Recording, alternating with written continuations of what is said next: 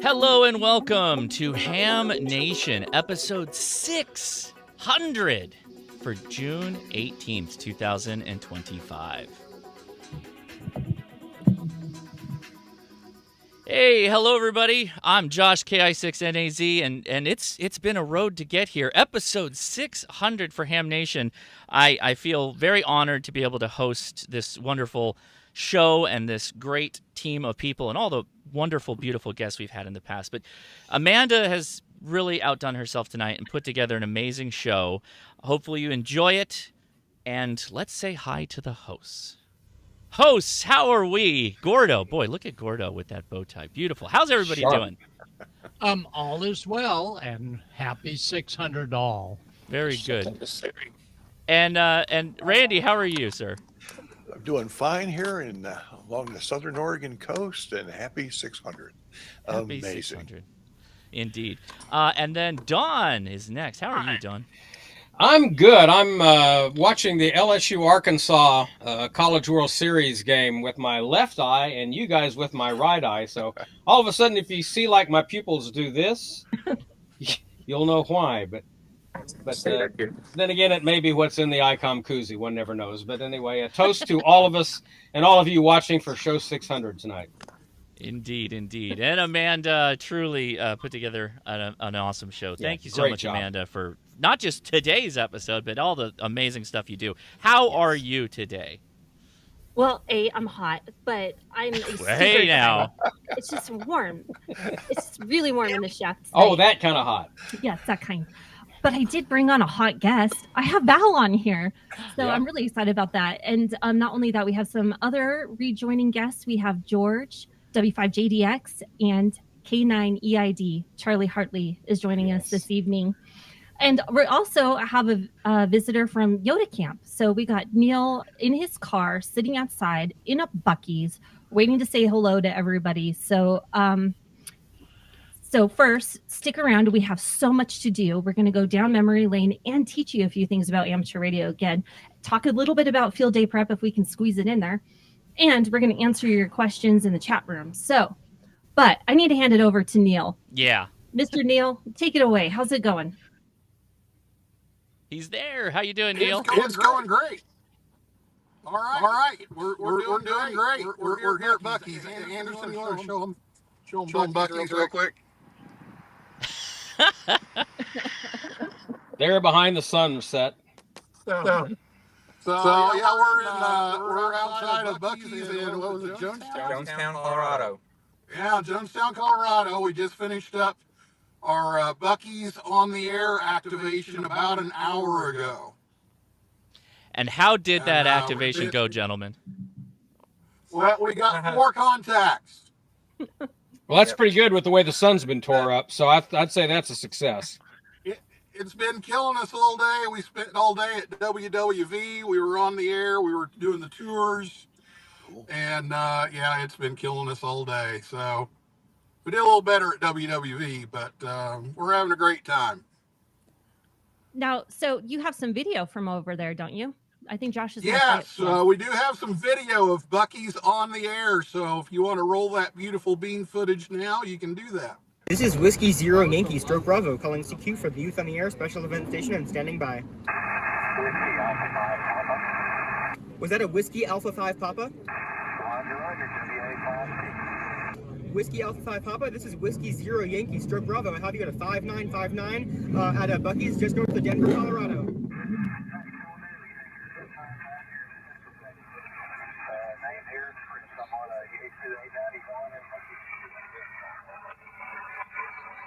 QSL, thank you very much. My name is Micah. That's Mike India Charlie Hotel Alpha. And this is a special event station for the Youth on the Air Summer Camp.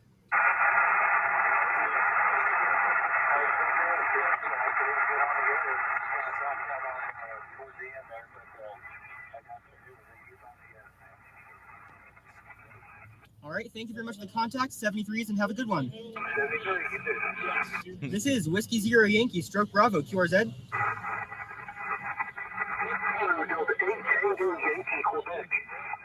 Kilo Delta 8 Tango Yankee Quebec. This is Whiskey Zero Yankee Stroke Bravo. I have you at a 5959 at a Buc-ee's just north of Denver, Colorado. Roger that. I got you 57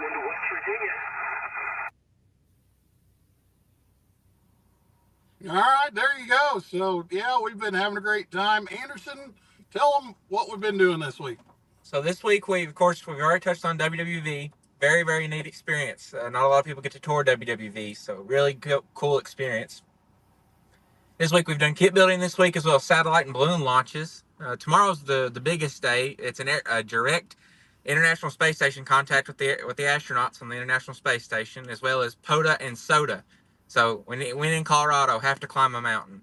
So that's tomorrow. That's the biggest day, today and tomorrow. Which soda summit are you going to? Genesee Mountain. Oh, all right. Very good. Well, you guys look like you're having a fantastic time. Anderson's going to be at Two Ponds Wildlife Refuge for POTA, and we've got an ARIS contact in the morning. So got another full day, and then Friday we do our closing ceremony, and then we can collapse. I like that hat you're wearing too. That's pretty good. Nice. Yeah. Hey, I asked for these. They were all the rage at Hamvention. I said, no baseball caps this time. We need these. Tell you what, lifesaver today. Yes, I bet.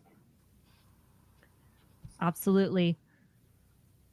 All right. Well, you guys have a fantastic time. We won't keep you. I know you guys got to hit the road, but I personally will be paying attention to your ARIS contact tomorrow. And I just want to say what a pleasure it was to meet everybody in Denver this last weekend.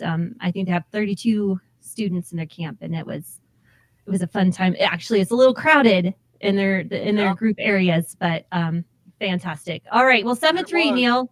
Well, I tip my hat to you, Amanda, for coming and sharing with us and having us on tonight. And listen for us on the air tomorrow, and just having a great time. Got a great group. Thank you, guys. So cool. Thanks. Okay. All right, let's go down memory lane as soon as I share my screen here. Window and time. Am I going to need a tissue? I don't know. I think I mostly picked funny stuff. Okay. But, we shall see. We'll save the tissues for later then. We remember those who have gone on. That's for sure. Wow, 2011. Look at that. Okay. I know. So I can't see it on the screen because my screen froze on my viewing screen. But okay, I'll fly through this. Yes, episode 1, May 24, 2011. Wow. And let's switch. They had radios back then. Oh, With there yours, they Spartan. did have ham radios back there. I can tell you one thing: they didn't have the high quality streaming. You're going to see a lot of photos coming up that aren't that high quality. Anyhow, Bob started the first episode on Twit, as we all know, and his first guest was none other than Joe Walsh. And he's been on, when I was looking through the episodes, he's been on a lot of episodes of Ham Nation, if you can believe it. And then this was part of their episode where they were going through those two. I think that's W1AW. So, and there also Ray and Leo. Now, I don't want to talk about Leo too much, except for he helped get Bob to start Ham Nation. And then Ray went to the Twit studios to help them set up a whole working ham station. Not to mention Ray and Icom were the whole funders and the first advertisers for Twit. So we have to thank Ray and Icom so much, and can't thank them enough. Then come along to episode 2, and Bob invited Gordo. So Gordo, you've been here a long time, brother. So we appreciate that. But then George, I think, joined in on episode 8 with Smoke and Solder, as far as I could tell. So George looks a little younger back then. Just saying. We all do. I know, right? Oh, I saw this today. And then episode 17, it had mentioned that AR Newsline had joined the team. So and you were on that episode too, Don. Wow, where'd my gray hair come from? I don't know. Look at that. Earned every one of sexy them. goatee. And then Cheryl joined in as kind of like at the end of the show chat, and maybe she even was doing like middle of the show chat questions. And it's so crazy because the streaming was so much different that you couldn't have the side by sides. And oh my gosh, we were on Valentine's Day.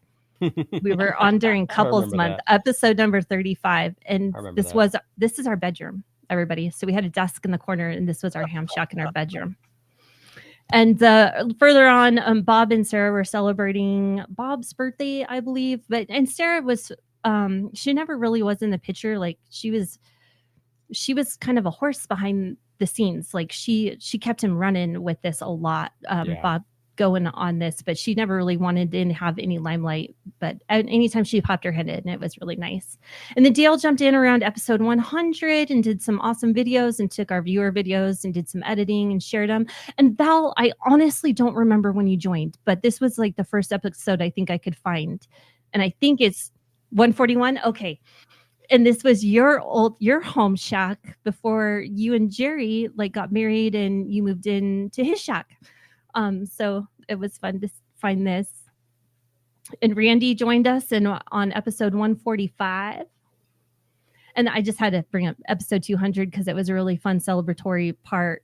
And once again, we couldn't have everybody on the show at one time. Like a lot of times I'd never saw Val or Gordo ever on the show because they were at the beginning and I was always at the end. So, and then Dr. T, I'm not real sure when Tamitha joined us either. 188. Okay.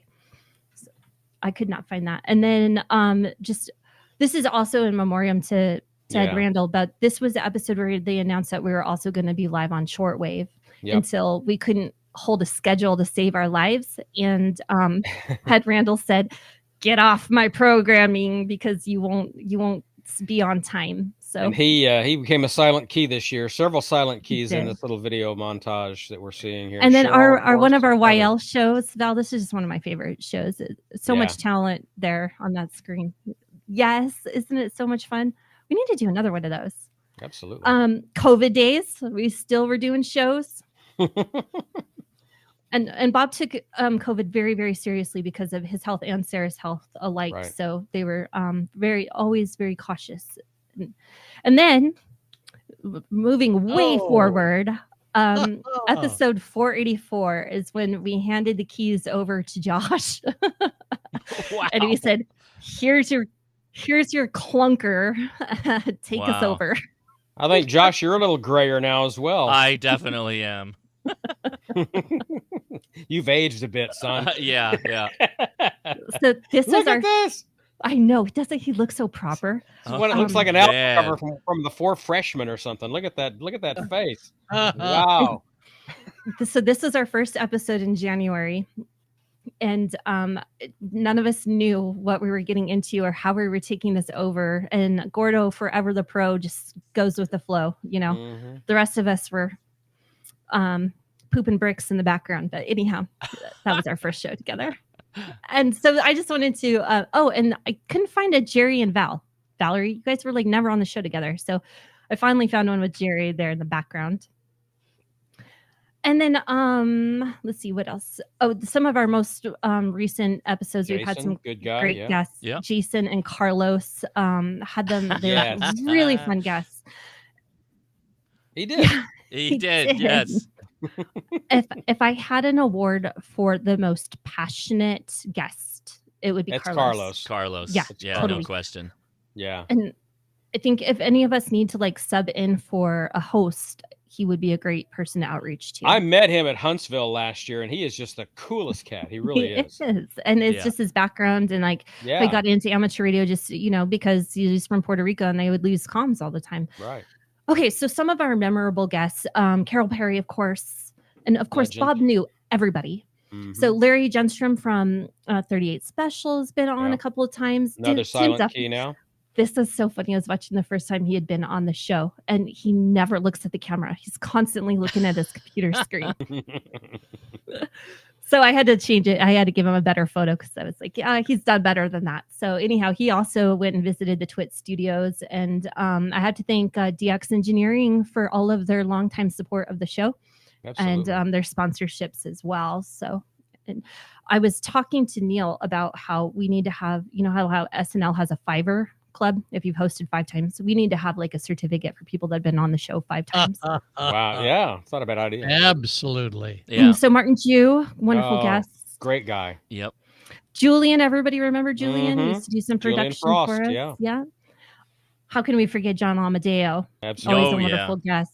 and such a lover of Ham Nation and such a friend. And a lot of us were invited to his Last Man Standing studio set. So that was a fun time. And of course, we've had Michael Coulter on several times to talk about Hamvention. Another legend. Yep. And, his background is so much more being part of the RCA and everything else. So always enjoy having him on. Joe Rudy. Does everyone remember the professional baseball Absolutely. player? That was fun. Do you really? What a guy. Oh, that's Love it. fantastic. He's a great guy. And then we have Tom Medlin, who always streamed during Hamvention and obviously had a lot of us Ham Nation folks on his show during Hamvention. Mm-hmm. And Miss Katie and her glowing personality. Yep, so Loved much having fun. Katie on visiting with us all the time. And Amy and Jerry, of course, always love when they're a guest on. Christian kind of got his start in amateur radio and broadcasting and stuff through our show and then moved on. And Fred Lloyd, QRZ creator. QRZ guy, yeah. And then we had Jet Jorgensen. Is that right? Yeah, I think so. And Yeah. then we had Tim Allen do a special shout out for us for Ham Nation for episode number 400, maybe. I can't remember. And of course, from the ARRL, we've had Steve Goodgame and wonderful with the Teachers Institute, and always a wonderful fill-in as a host as well. Full of character. Love the guy. Great and of guy. course, Neil. Neil's one of our fivers. He's on here all the time. Appreciate everything he does for amateur radio and the youth. And who would forget Santa Pete? So, What a great guy. and Joe and bringing all of his kit building in, and Jocelyn Brault gets a shout out because we had his son Chris on as a young Ham of the year and everything he does for amateur radio. And there is Neil. That was me this weekend, by the way. And these are just some goofy pictures of the behind the scenes. Our Halloween specials. I love our Halloween specials. Oh, No yeah. name. So much fun. I know. So I love it when all of you guys dress up. And Karen Eve Murray, I wanted to make sure she got a shout out because of everything she does with the amateur radio Newsline and working together. And K6ARK, who has been a recent guest, always brings, he's so smart and brings a lot of kits and amazing. just Genius. a cool character. Genius. Marty, Yep. Thank you, Marty, for being here all the time. Us in our gear. We always have to wear a hat around here, evidently. And Robert Stodock was one of the first AR Newsline hosts that were on amateur radio Newsline. We started the news segment with him. Yeah, I think so. Yep. And this is one of our net controls, KC7FPF, Kevin, Kev, good guy. Yep. and Yep. K9PTF, who I couldn't find a screenshot on one of our shows for whatever reason, and Steve W7UDI. And who do we got here? Oh, and then we have the Hamcation guys that join us every year to announce their winners and their Hamcation stuff. Mark Brown from Huntsville Hamfest. Great guy. Appreciate everything Love he does for Huntsville. Just the best. And that's supposed to be an Icom logo. Well, we black definitely know the background. circle. We know the circle. Yes, we know the circle. That counts. So, okay. Well, thank you, Icom, once again. All right, Nicely I'm done sharing. Yeah, that's Thank wonderful. you. And if there's any special guests that I forgot, you just send me that hate mail, and I will make sure I take care of We that can't right away. get everybody from 600 shows, unfortunately. Oh but, gosh, it was so much just to look through it all, and it's they're either episode number based or they're date based, and they're not both. Right. So, okay, you guys, I'm gonna. Sorry. Yeah. I'm going to let everyone, if you don't mind for a second, so I can take a second here before I go to our next guest. Everyone's going to tell me how they got involved with amateur radio. Dawn, you go first and send it around the horn. Okay. Well, I got my license in 1995. And how did you get involved with Ham Nation? Did I say amateur radio? Yeah, that's good. Okay. Well, it's pretty much the same thing. I got my license in 95, and through one of our Young Ham of the Year recipients, met Bill Pasternak, who said, "Oh, have I got a golden opportunity for you?" and got me into Newsline. And then when they brought Newsline into Ham Nation, we started doing the news, and Robert Sudock was our news anchor. And then Robert got ill, And so I've been warming the chair for Robert for all these many years. Robert is now sadly a silent key, as is Bill. 10 years now that Bill's been gone. We'll talk about that a little bit later on. But that's how I got involved with Ham Nation, was doing the news segments, and just the I guess the court jester came naturally. So Thank you. Well, let's see. Valerie, how did Bob reach out to you?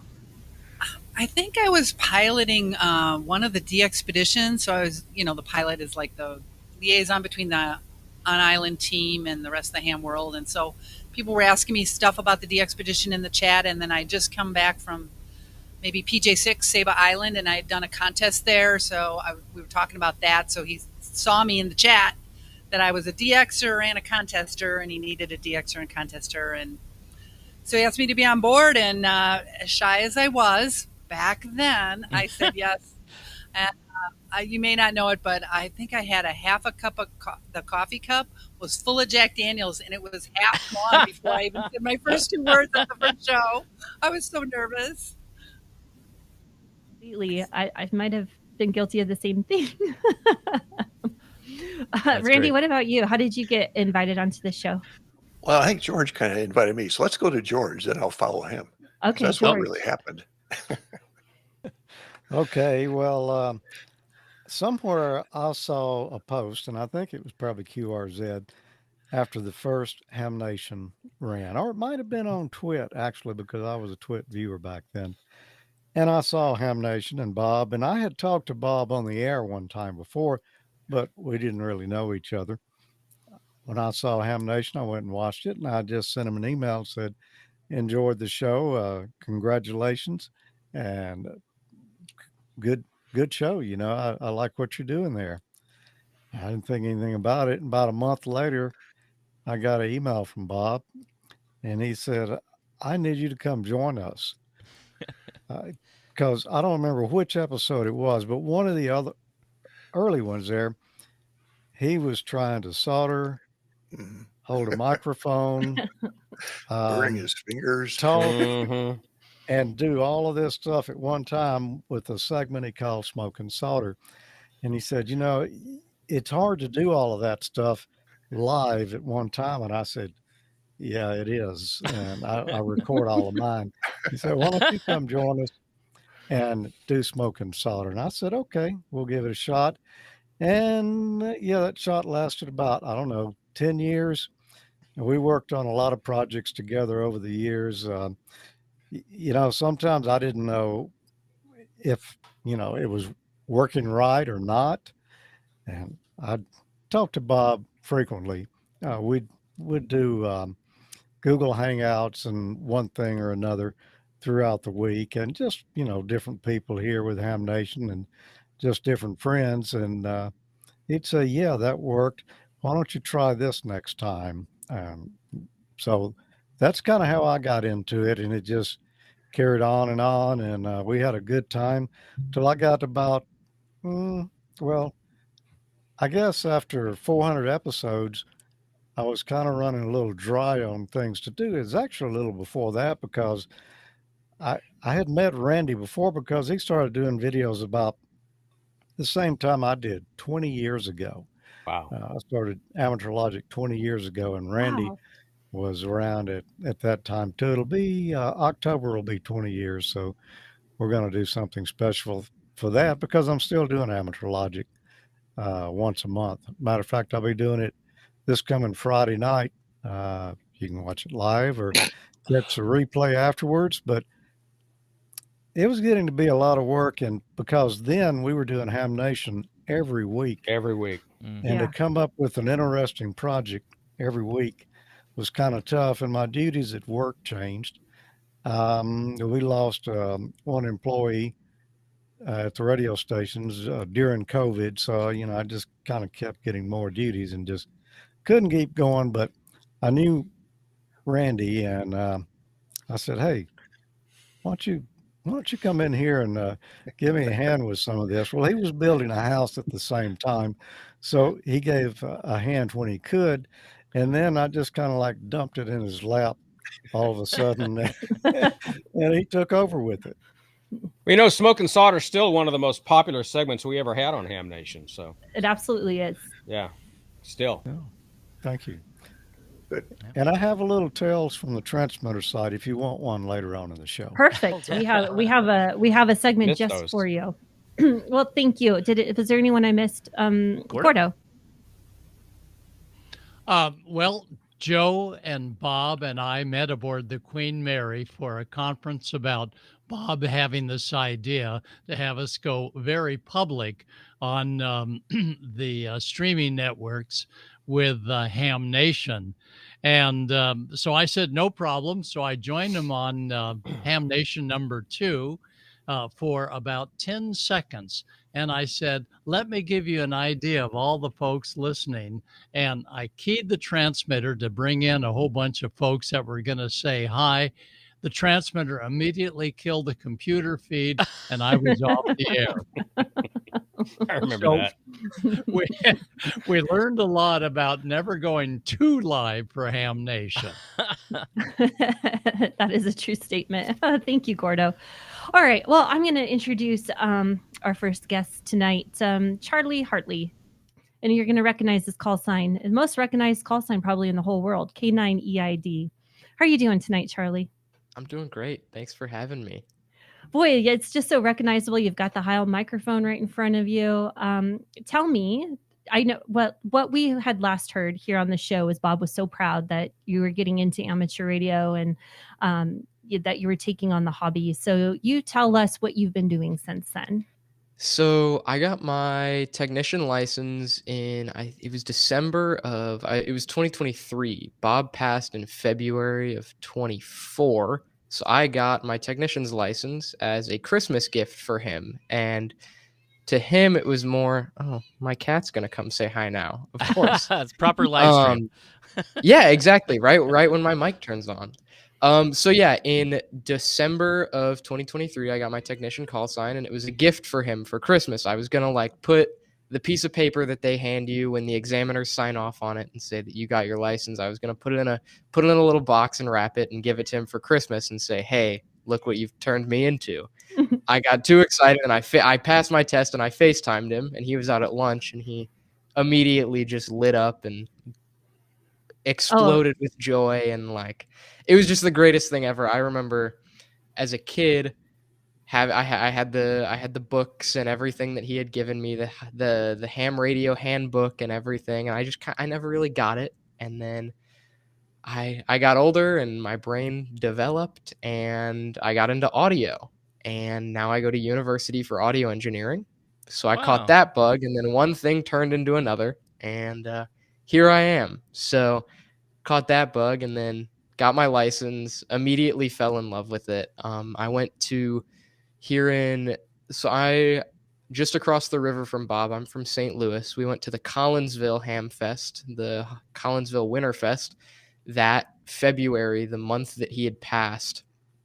And it was the best thing ever. I met all of his friends, all of the people that had grew up with him, were friends with him in elementary school, and they were all getting pictures with him, and it was the greatest thing ever. And I think it was at that time that I started to get into Parks on the Air, and that was sort of what I was passionate about. So before I had my general license, I would go over to his house, get on his radios with him, and we would hunt down Parks on the Air from his shack. And it was a great little bonding activity. So we would just kind of hang out and have some time on the radio and hang out. And then unfortunately he passed, and I have continued activating Parks on the Air, getting on the air as much as I can, and continuing his legacy and all of that every way that I can. Amazing story. Thank you. And so what is your shack? What's your equipment that you use? So it's an Icom 7851, which is one of the big old contest radios. It has a lot of buttons. I sometimes get overwhelmed by it. But so he had that one as well as a Kenwood, and I can't remember exactly what model that one is, but that's another HF radio. So it's a lot of stuff that I was passed down from him in December of 2023, when I got my license, he gave me a Yaesu like handy talkie radio, and that was my first one. And I ran with that one on local repeaters and all that for a couple of months. And then finally, once he passed, I got into his radios, and it's been an endeavor ever since. I bet. So what's your most prized hand down from Bob? Ooh, there's a lot. That's a hard question. The one that I look at all the time, I keep it on my desk. It's just the little badge. There's so many, and like they're all just so like I look at them and I'm like, yeah, that's why I'm here. That's very, very special. I'm so happy that you're here and that you're in the hobby. Yeah. And do you get a lot of people that reach out saying? I do. So I receive a lot of emails, and I love all of them. Like that's if you're seeing this and you email me, please keep emailing me. I don't know. That's everyone has a story. Everyone has a way that he changed their life. That's kind of everyone.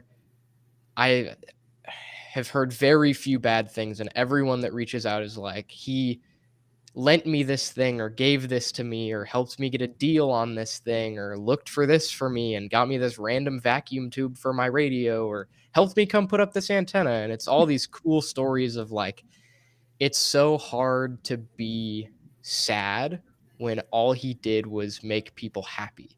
And all that you're hearing is all of the ways that he made people happy. That's a true statement. I love the way you said that, because there is nothing but good stories about Bob forever. So, do we have any audience questions, Josh?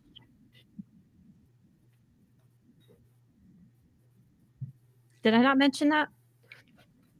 Oh, I expected everyone to know. Oh, absolutely. And yeah. And I hear that you congratulations and how much they appreciate Bob and appreciate you keeping the call sign on the air. That's great. Yeah. That was kind of one of the, when he passed, it was sort of it was a thing inside of me. It was like, do I let it just go back into the system and let it do its due diligence, or do I get it and preserve it? And then it became a conversation in our family. His stepson and then my brother, so his other grandson, were all hams. So it was kind of a conversation of who gets it. And at the time, I was the most active in radio and had the most interest in it. So that was sort of just the way that it went. And I ended up getting it. And I am grateful for it every day. Every single day I wake up. We are too. This is just so awesome. So, well, I hope to work you in the logs, and I did some of his QSL cards. He had numerous different ones, but I helped design a couple of them. So reach out to me about that. I'd love to help you out. But anyone else have comments for Charlie? Go ahead, Brandy. I just put K9 EID in ham alert. So there's a posting or a spot when he's doing the POTAs, I'll get a message on my phone. So good idea. If you have ham alert, put that call sign in. It'll bring back memories when it pops up. Good idea. It's always fun. I get on the air doing POTAs, and then you build up a pile up, and you have all these people that want to tell stories, and you're trying to run a pile up. So it always turns into, oh, hey man, your grandpa was great. Have a good one. 73. See ya. Bye. It's always like, and then I get the flood of emails after I go and do 2 or 3 activations in a day. I get everyone that's like, hey, super cool to talk to you or whatever. But yeah. Awesome. Absolutely awesome. Well, thank you, Charlie, for being here. And we hope to have you on again. Perhaps when you go out and do a POTA or something, to record it, and we'd love to have you showcase it here to the audience. We'd love to have you. So stick around, because, the show's not over. And I think we're going to take a word from Icom. Summer's on the horizon, and for amateur radio operators, that means one thing. Field Day is almost here. Mark your calendars for June 28th through 29th, when hams across the country head outdoors, fire up their rigs, and put their skills to the test. Whether you're logging contacts from a remote site or contesting with your club, Icom has the gear to keep you connected, competitive, and in control. Remote ready, contest capable and built for serious signal, step into the future of amateur radio with Icom's Powerhouse Trio. The IC7760 HF digital transceiver, the IC PW2 1 kilowatt HF 50 MHz linear amplifier, and the all-new RC7760 remote controller. Designed to work in perfect harmony, this system offers full remote operation, high output power, and seamless integration across the bands. The RC7760 remote controller serves as an extra control head, and up to 5 can be registered to the RF deck, though only 1 can be active at a time. For wireless connectivity, simply connect a commercially available Wi-Fi access point via the LAN port. Whether you're working from the shack, the field, or a remote site, you'll experience crystal clear audio, digital precision, and amplifier-grade power, all from a single unified interface. It's the ideal setup for contesters, MCOM operators, and high-demand users who expect more from their gear. The IC7300 combines intuitive touchscreen control, real-time spectrum display, and superior signal purity into one compact rig. Built for satellite, EME, and weak signal enthusiasts, the IC9700 combines all-mode operation on VHF, UHF, and 1.2 GHz. The IC2730A now features a high-contrast black display. It offers everything operators love: true dual-band operation, independent control knobs, and optional Bluetooth compatibility for hands-free operation. The IC718 is a favorite among new hams and portable operators, offering simple operation, rugged construction, and clean audio with DSP filtering. For more information about all of Icom's great amateur radios, visit icomamerica.com/amateur today. And a huge thank you to Icom for making literally hundreds of episodes of Ham Nation possible. Thank you so much for all the support you do to this show, but also the community of amateur radio. Very much appreciated. Every time we go live, we give away 3 swag packs, and then at the end of the month, we give away a radio. And just so everybody is keeping track at home, what are we giving away in the month of June? Ooh, it's a big one. It's an IC52 Alpha. So the winners of the swag pack get added to the end of the month drawing for the radio. They pull out a name, and that's the person who gets it. So let's find out who the winners are. For this month, Jason K, W4BN, Kira L, and Majid L, KJ5IXU. You all won swag packs, but the big winner of the IC52 is Stuart H, W9SPX. Congratulations on that, and make sure you go and click Enter Now. If you take the link in the video description, you can find it to join into the giveaway. Thanks again to Icom. Oh, hey, we got somebody won a swag pack literally in the chat. It's Ham Radio Radio Expert says I want a chat or a swag pack. That's awesome. Congratulations. See? Everybody's a winner if you wait long enough. Anyway, I get the honor of throwing it over to George. We saw him a little bit earlier, but it's good to see him again. George, how you been and what's been going on with you? I've been good. A lot going on. I saw you just for a brief moment. Well, we did get on the stage together there. That's in right. Hamvention. But great to see you there. It was a busy time, boy. Lots of stuff going on. I do the streaming for Contest University the last few years here, so I have to haul all my video gear to Dayton, and my luggage weighed in at 49.5 pounds. So I knew I couldn't buy anything at Hamvention and bring it home. So, you know, I didn't do any shopping while I was there, but I did meet a lot of friends and people that's the only time you ever see them. And Amanda, you mentioned Steve earlier, UDI. He used to, well, Bob called him his roadie because whenever we were at Hamvention, he would help Bob carry stuff back and forth between the forums and the booth, and at several other ham fests. And I've got to know Steve over the years. And the last couple of years, he's roadied for me at Hamvention, and it was great to catch up with him. He's a really nice guy. So I just just wanted to give a shout out to Steve there. But yeah, everything's been going good. Still doing work at radio stations, engineering. And man, that really keeps me busy. There's always something going wrong somewhere. Of course, that's the only reason they keep me around, because I will answer the phone when something goes wrong. But yeah, I've been out to transmitter sites today, and I don't know, it seems like, well, and Don can testify to this. A couple of years ago, we had a drought, and it weakened all the pine trees, and the pine beetles got a foothold and have killed, I don't know how many thousands, maybe tens of thousands of pine trees across the state.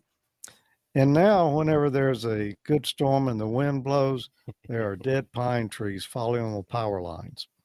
So that's kept me up a lot of nights lately, especially when your generators run out of fuel and you didn't know it. So, yeah, busy times, but good times. As a matter of fact, just yesterday, I got a package here that something I'm going to be shooting a video on early. Well, probably next month. You know, Ray's always posting on Facebook and around about what he found in his trunk. Well, here's what I found in my truck right here behind me. It's a IC 7760 right there. Ooh. And a PW2, whichever way it is. Oh. Right there. Wow. Doggone. Drat the luck, huh? Yeah. They're sitting right over there. They weigh 63 pounds each box. I don't know how they made that match out like that, but they did. I have not opened it yet. I've got to shoot video of it, doing the unboxing all the way through. So hopefully I'm going to get at least the 7760 unboxed for field day this year. And we'll take that out. Tommy and I'll be doing field day. Again, we always have a great time doing that. So be something a little different this year. You know, I've seen the 7760 at Hamvention, and I'm sure, well, I know Josh did, and Randy did, and several other people, but I haven't really had a chance to put hands on it. I believe I'm going to be able to operate it, though, because if you've operated one Icom rig, you can probably operate all of them. Yep. They're just that much alike. But yeah, that's basically what's been going on, Josh. Just staying super busy. Very good. Well, yeah, thank you, George, for joining us. I appreciate that, and thank you for sharing your images there. I think next on our list we can go to Valerie. How are you doing, Val? Or Amanda, did you want to jump in? Go ahead. Yes, I'm confusing everybody in the world here. I'm so sorry. There's too many people on the show tonight. Okay, so we're gonna hand it to Valerie, and Val, I was just trying to type to you in the chat that part of the video we had to get permissions before we can play it. So I heard that, but then I saw your screenshots, and so much of it is what my video is. So I didn't know if we're 86ing the video. So well, let's talk about that at the end of the show, and then we can put some of it in. But anyhow, Miss Val, tell us, how have you been? Hi, everybody. Well, 11 and a half years ago, I joined Ham Nation, thanks to Bob Heil. Yeah, and boy, it's really been a life changer.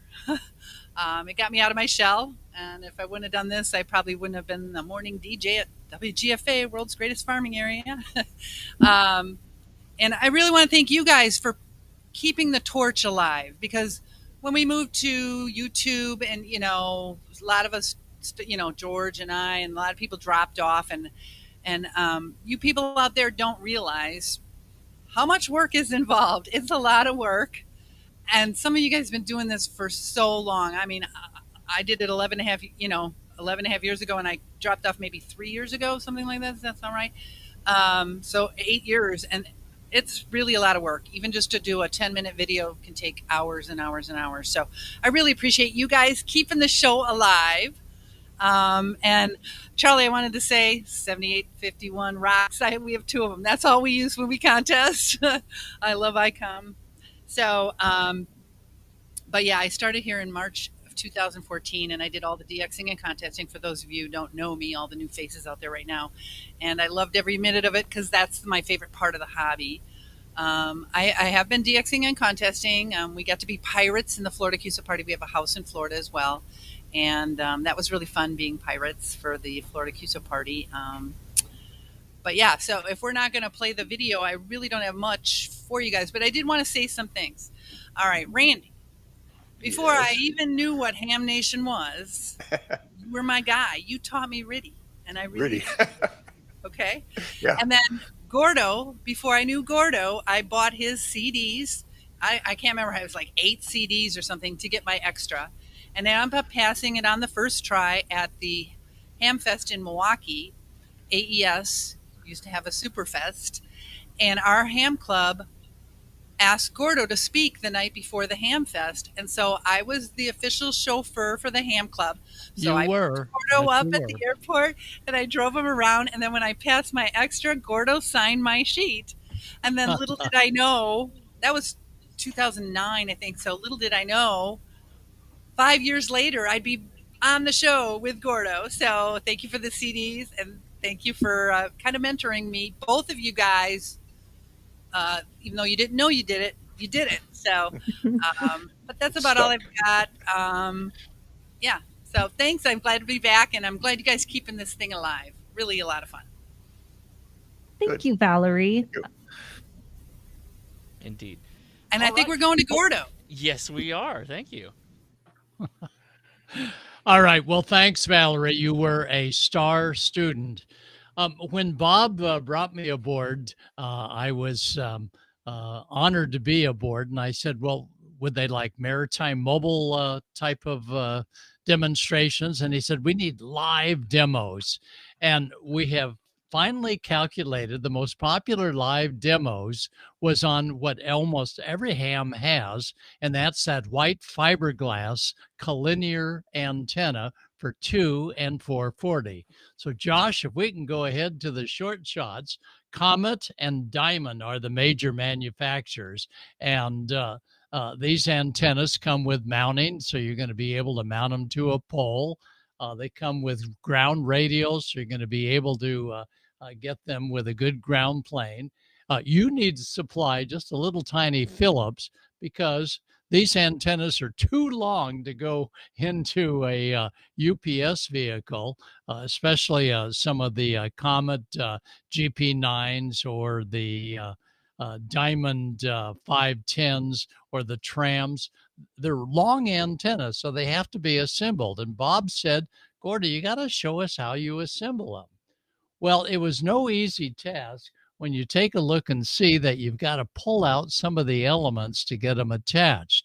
And the key is pull them out just far enough, but don't tug them out or else you're going to break the stuff.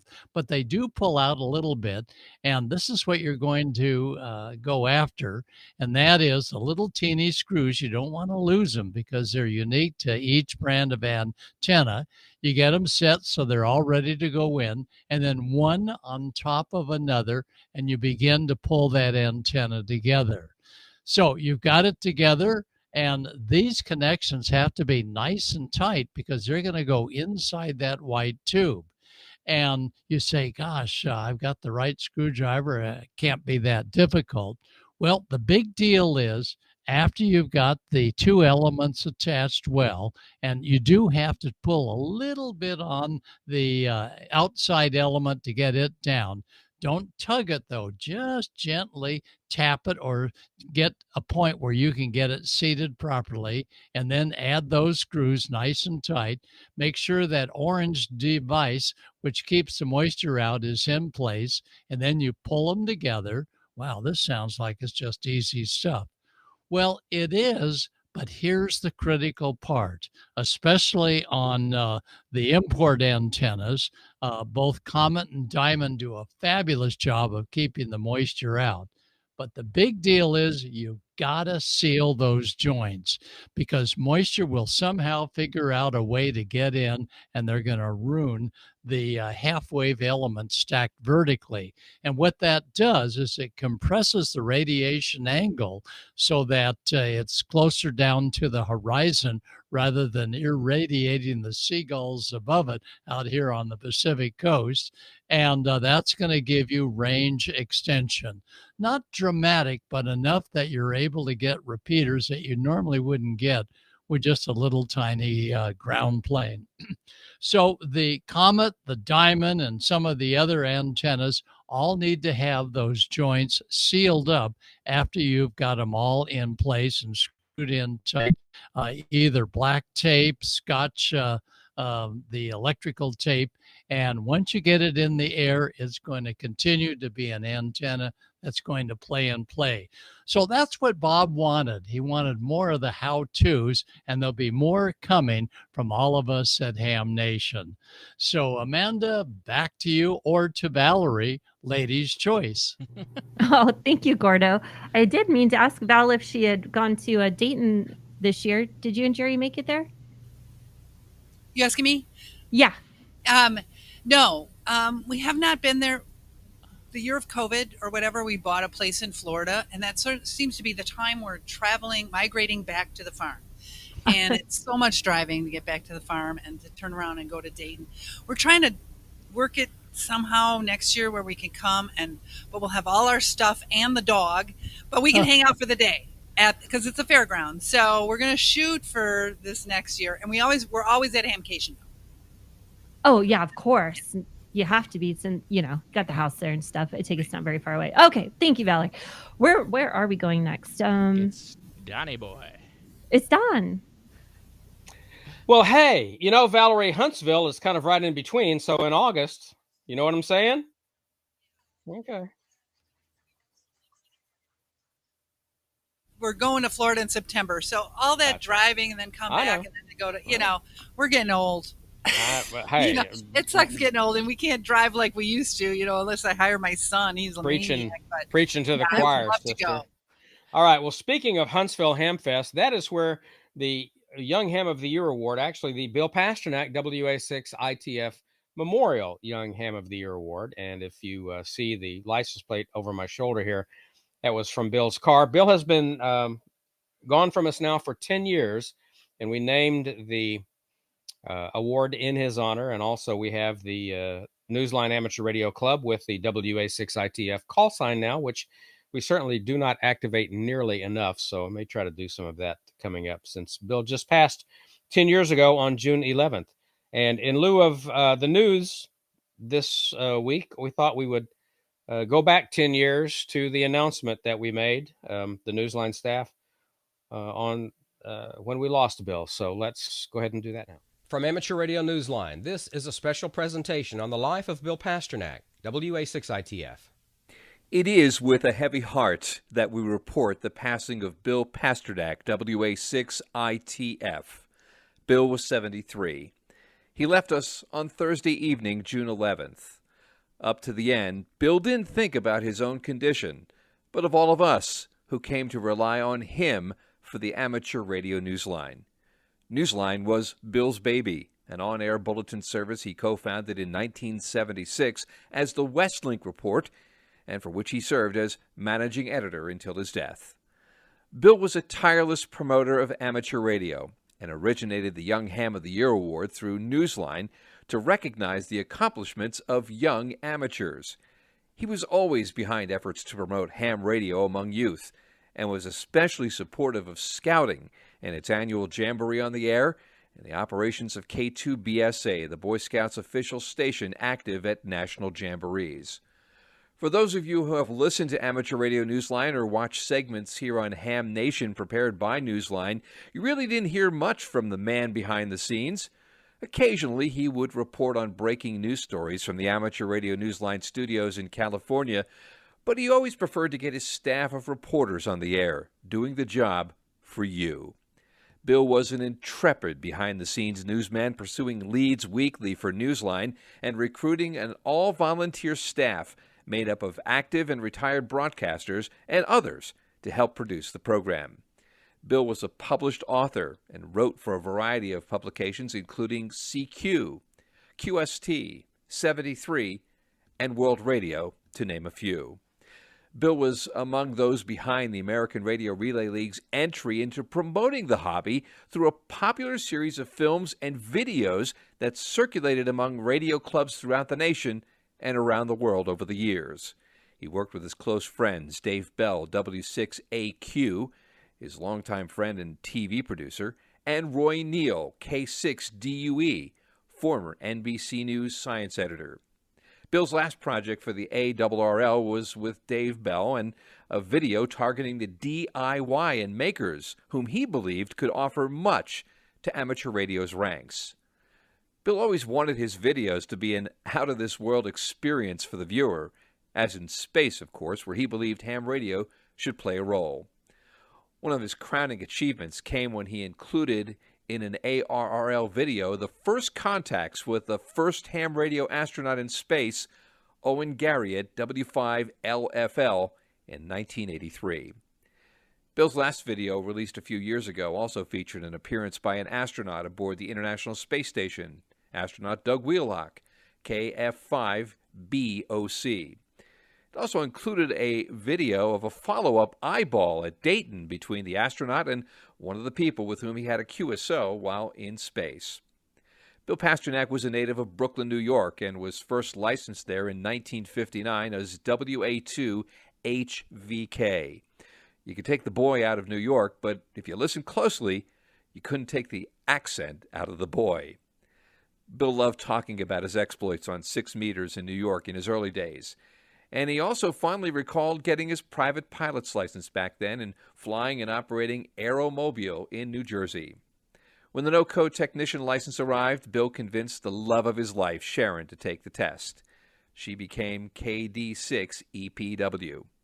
Bill not only embraced technology as a hobby, but as a vocation as well.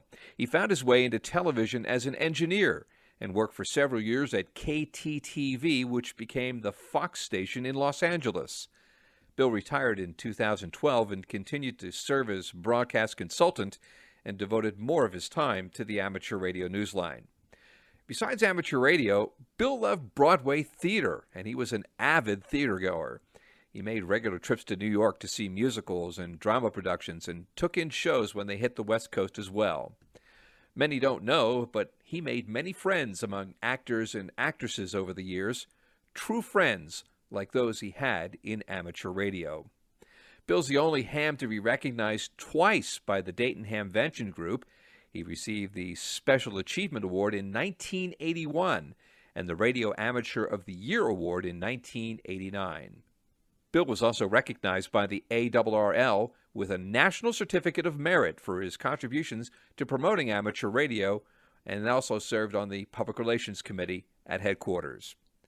We are sad he has left us, but we are happy Bill is at peace and has gone to the best DX location one could ever imagine. A memorial service is being planned, and in lieu of flowers, family is asking for contributions to the Amateur Radio Newsline to continue the Young Ham of the Year Award in Bill's name. On a personal level, as chairman of the Young Ham of the Year Award Judging Committee, I can promise you the award will be made this year. It's a promise I made to Bill just a few days ago in a brief and final telephone conversation with a friend, a true friend whom I will miss very much. I met Bill in 2002. Wow, that's almost 17 years ago, when my son Josh, then KB3GWI, was selected as the Young Ham of the Year. It was at the Huntsville Ham Fest, and my wife Sue, NZ3G, and daughter Amy, KB3IJW, flew down to attend the event. Bill was gracious and kind, and my family and I forged an instant bond with him. Because of my professional work as a broadcaster in Philadelphia, Bill asked me to join the fine stable of contributors to Amateur Radio Newsline. I graciously accepted. When the chairman of the Young Ham of the Year Award Committee wanted to give it up, Bill came right to me. He said because of my scouting background and interest in exposing young people to ham radio, I'd be a perfect fit. How could I say no? But now, he has left us. We all grieve in different ways, but as a man of faith, I'd like to say to all of you, Bill was a man of great faith. he is now at peace. He is enjoying his heavenly reward. He gave his very best to all of us. The best way we can continue his legacy is to carry the spirit, that spark of curiosity, and the light of knowledge through this wonderful world of amateur radio.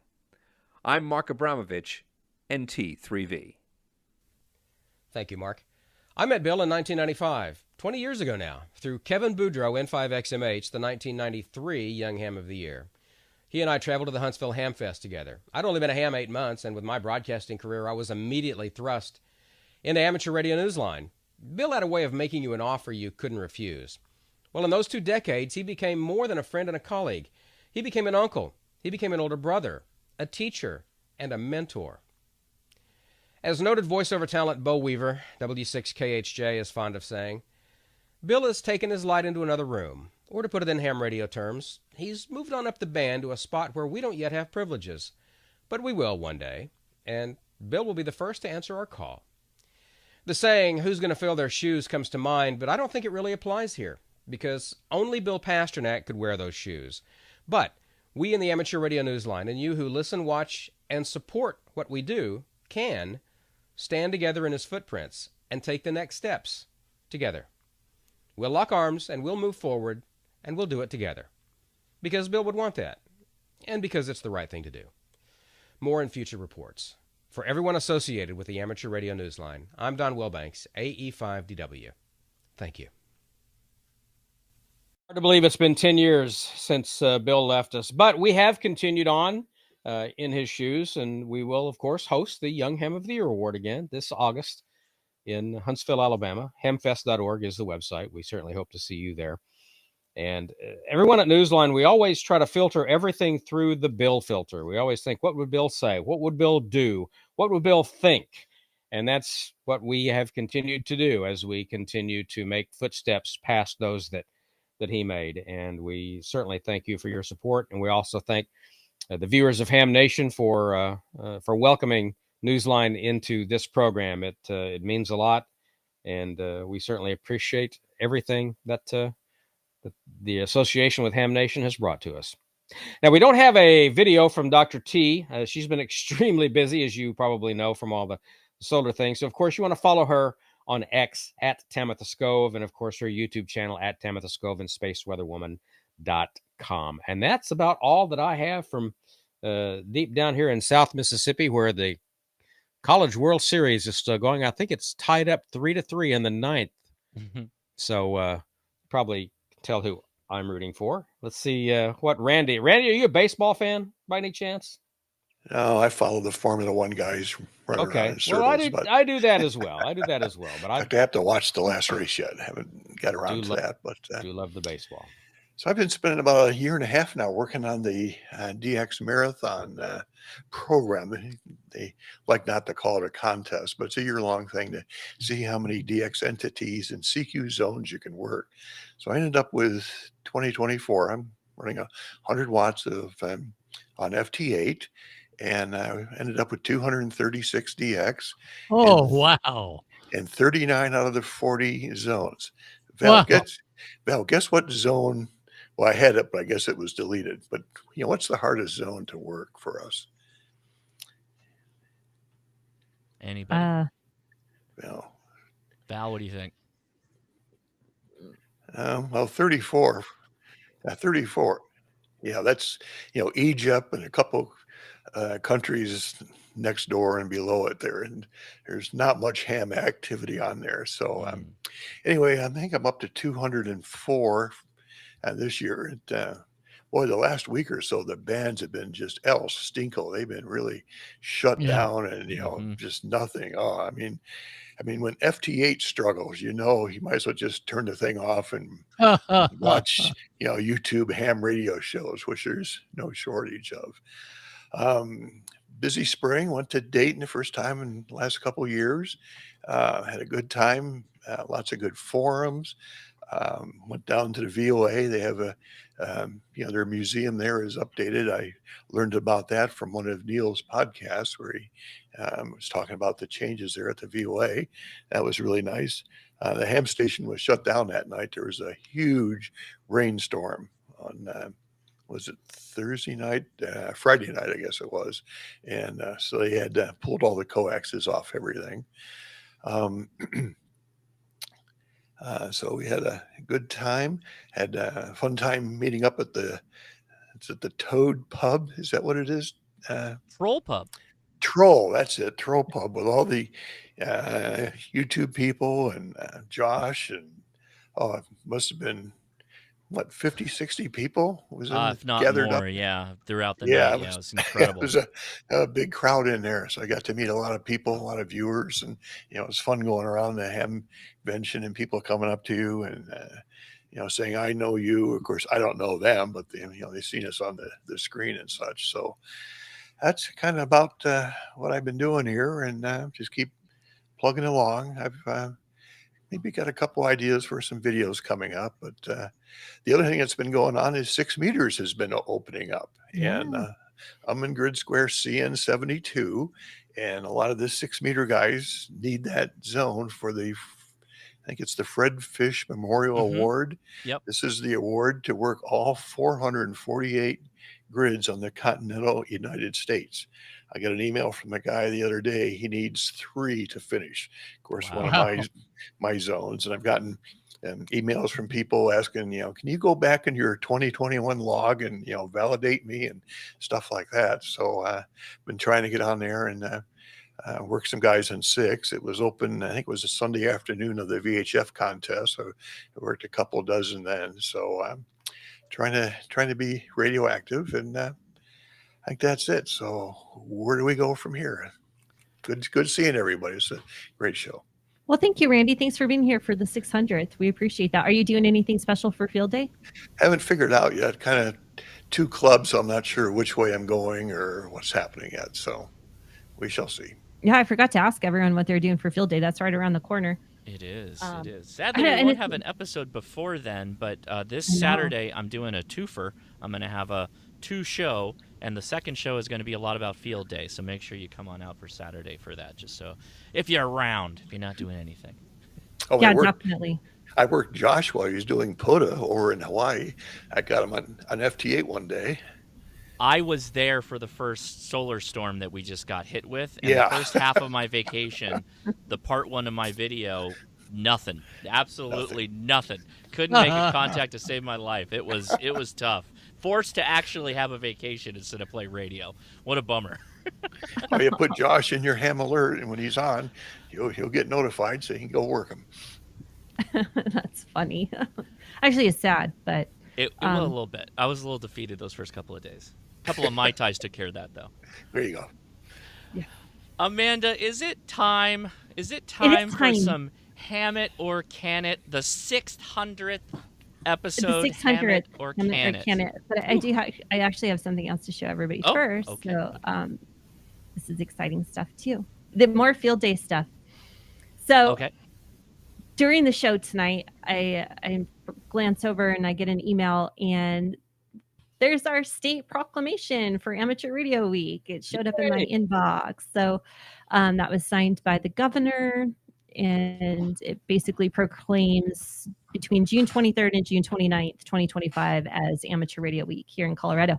Now, for those at home playing, if you were trying to get your proclamations through your state, you're way too late, but you could probably still get a city council one or through your county commissioners to get a county proclamation done in time for Field Day.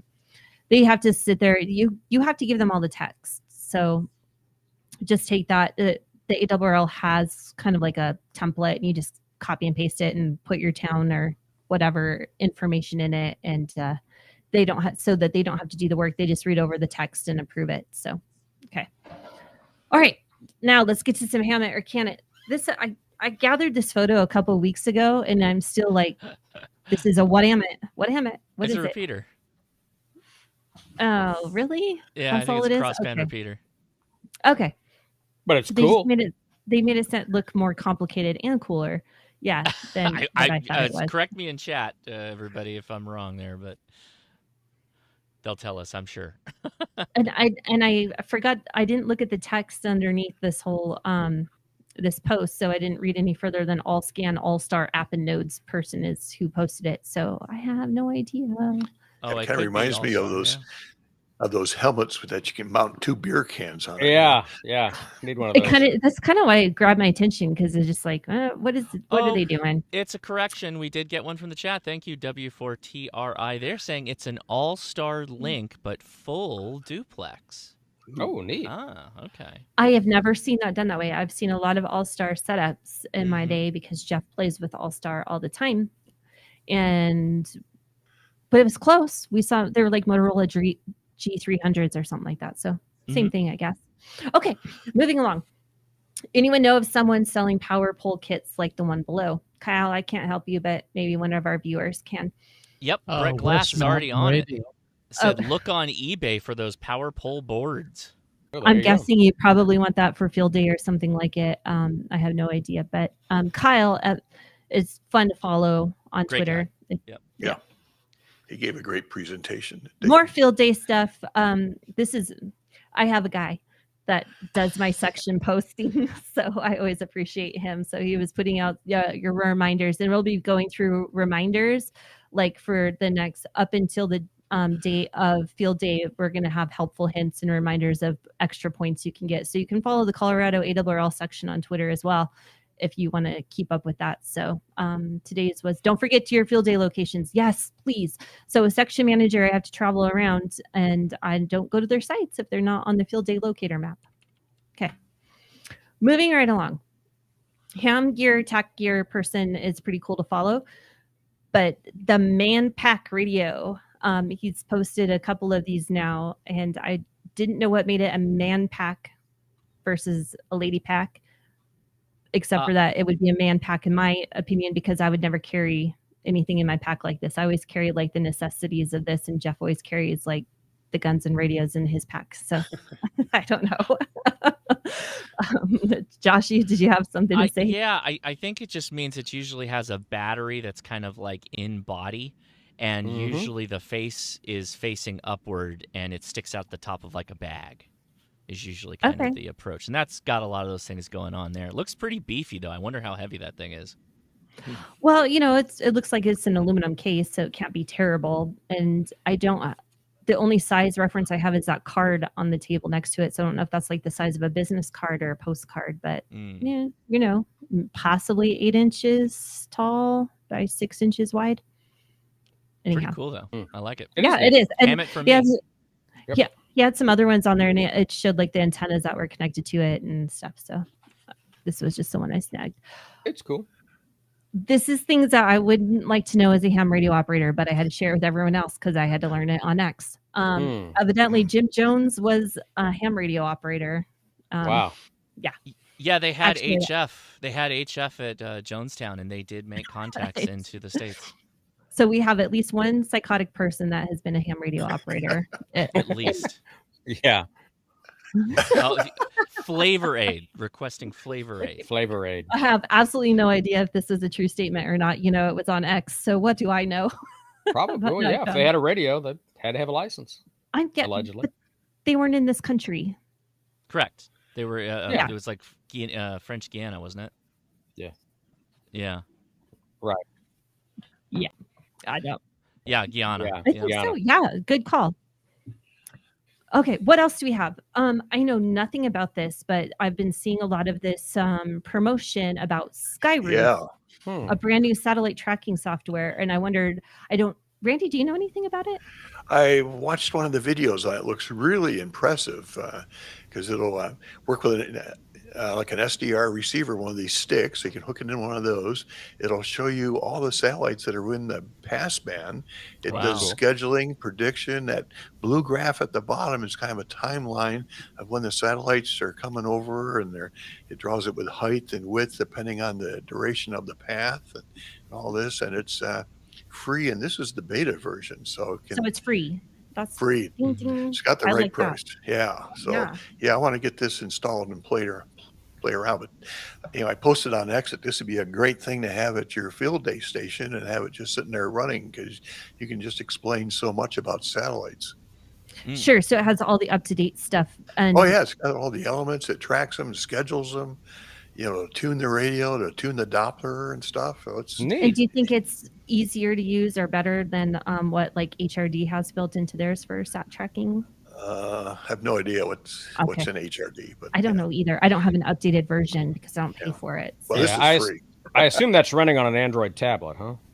No. No. This is a Windows program. Oh, really? Oh, Yeah. no kidding. Wow. Okay, so you Put it on my might Surface. You might have heard it here first. Check out Skyroof. That's free. cool. It sounds like it's a beta and people are working on it. So it's got some rough edges, but maybe hey, it's cool. maybe it's like pure base and you can put input into it. Oh my gosh, whenever it's so funny when you go to a ham fest and you see the free box, right? The thing is that I don't care, even if it's all free, someone will still be like, well, where's the power supply to this? Do you have the power supply? No, dude, it's a Linksys router. No, I don't still have the power supply. It's for free. Just take it. It's just funny. It just reminded me of that. No, you guys have all seen these. I know you have. Oh, yeah. Okay. All right. This was just a good reminder again for field day. This dude was doing a POTA. Follow K2ET on X as well. Very fun follow. Anyhow, the good reminder. Don't just start up your PC and expect N3 FJP to work for a field day. Do your computer stuff well in advance. Yeah, get those updates out of the way. Do the updates, check out your networking, know what you're going to be working with, have a plan in place, because when you start at, noon my time, and you start putting in the logs and then all of a sudden nothing is syncing up, it's your worst nightmare on field day. So just pre-plan in advance, know what you're going to be doing, and have a person that's in charge of that. Turn those Windows system sounds off too. Nothing worse than hearing the bonk, bonk, bonk coming over the air. You have mail. Yeah, exactly. In the FT8 band, yeah. Yeah, perfect. Okay, this is cool on numerous levels. First of all, I'm a huge fan of the Teachers Institute, and if anyone else is, check out Josh's videos from Saturday. Anyhow, if you walk into a classroom and this dude is your teacher, you know you're going to have a great class. Yeah, I was just thinking. I hate to be stereotyping here, but it's a fun stereotype, and I swear you know that this person is cool. I don't know what it is, but just like the glasses, kind of unkept, goofy hair, and I think it's the Blue Watch Band. I think so too. Yeah. And he's if some you kind walk of genius. into this classroom, you know it's going to be a great time. He's going to be your favorite of teacher. science. Yeah. So, anyhow, I hope you had a good time at the Teachers Institute, and I thought he looked like a cool teacher. He looks like somebody who would fry pickles. Yeah. Yeah, exactly. I don't know where that came from or why you No, think I don't that. know why I like that. Ask Gordon. Gordon's fried a pickle or two. Yeah, and in fact, I would have assumed he was more like a psychology teacher that was going to want to maybe. talk to you about, Freud or something. But okay, this photo, this is just so that you don't get yelled at online when you post a photo like this. Just show that it's unplugged. Just show the plug. Put it up on the table so that people don't be like, oh, that's not plugged in, is it? So that's just a helpful hint. Unplug. He just a picture of the radio and the guy laying on the floor. That's what you should post. Yeah. Because overall, somebody's going to be like, that is so not safe. I can't believe that you're not sure that equipment is safe. High voltage, blah, blah, blah. So I have a wisp of smoke coming off the radio too, or whatever the piece of Gary's working on. Well, at least he doesn't have a metal wristwatch on, huh? That's true, yeah. That's true. I don't see any rings either, so that helps. Or have his chipstick, as Bob calls it. Yep. Okay, what is this? I don't know how this antenna is up. Yeah. Yeah. I'm very concerned about any kind of wind load on this. Or wow, look at what? that. Holy moly. That is a lot of trust. I don't even see any like guy wires on it. No. I wouldn't do this. That's a Cannet just from a safety angle from Yes, my point of view. Please, do not do this on field day. Okay. I appreciate Everybody. the ambition. Anytime. Yeah, anytime. So there's no comment, like there was no statement about the antenna's setup or what it's for or anything else. But it looked very unsafe and very unstable, and I wouldn't wish anybody to have to handle this. So yeah. Yeah, it might be a Rove station or something. I wondered that, but they did post some other pictures, and they had much better tower bases on their other stuff. So that's it. That's the end of Hammet or Cannet for episode number 600. Good stuff. All right. As always. Fun. Amazing job, everybody. And that's a lot of people we got through. A lot of memories, too. Thank you for sharing those, putting those together, Amanda. And Josh, thank you for taking us over. Twit was a hard act to follow because they did such a super job. You are so smooth. Every other week we see new stuff that you have, and you just roll with it, and it all works out. New stuff for me to break, subtly break in new and interesting ways never thought possible. But yes, thank you very much. It's been, like I said, it's been an absolute honor, and I have a lot of fun doing it. So thank you, everybody, for watching, and obviously thanks to the hosts for being on all the time, and particularly Amanda. I can't, everybody has to understand. She puts the show together. Executive producer. There's really the title. The she executive really producer. is. So she really is. Very incredible. Everybody, I really appreciate that. And the funner part is finding all the guests that come on and learning new things. Who would have known that there was 600 different subjects of amateur radio? We didn't go into the hobby thinking that, did we? We had no idea that we could be this much more enchanted in the hobby. So there's so many branches of it from there. As we know from just all the hosts that we had, Smoke and Solder, DX and contesting experts, and the Bob. I mean, I didn't even mention the Pine Board project, which was a huge success. Legendary. Yeah. Oh, you have that, Charlie? Yeah, Charlie, did you get the Pine Board? I think it's in the Heil Sound plant. I think it's sitting up on a shelf in the plant. That's it's safe away in the depths of the factory now. So many built that project with Bob while he was doing it. It was just an amazing thing that he went through and did, and it was even published in the QST and all those things. Who else? That one fellow that did all the beautiful drawings of how to build it and wire it. Oh yeah, yeah. All parts placement and color coded it. It was just wonderful. Actually, wasn't it Virginia? Yeah, it was. Yeah, I think it was because I think it was Virginia that did it. And the beauty thing is, you can go back on twit.tv and see all of those shows. They're all still there. That's amazing. Every one of them. Cool. So 485 episodes just on Twit. Yeah. Wow. That's a lot of episodes. Wow. That was a lot of Wednesdays or Tuesdays way back in the day. Yeah, it started off on Tuesday and then went to Wednesday. That's right. Yeah. And some fun times in the background of that too. Twit's producers in the background. Victor was amazing, and I can't remember the others. Brian, really some cool characters that also went that was their step into stuff and have gone further in life as well. Well, and Leo for letting us get on Ham Nation. Exactly, it was his idea when Bob was on. What was it? Triangulation, episode number 8. That's when you ought to go see. That's the beginning of Ham Nation. Really was when he was on episode 8 of Triangulation on Twit, and it's on there too. Go back and see it. Yeah. Well, that's George's first episode as well, episode 8.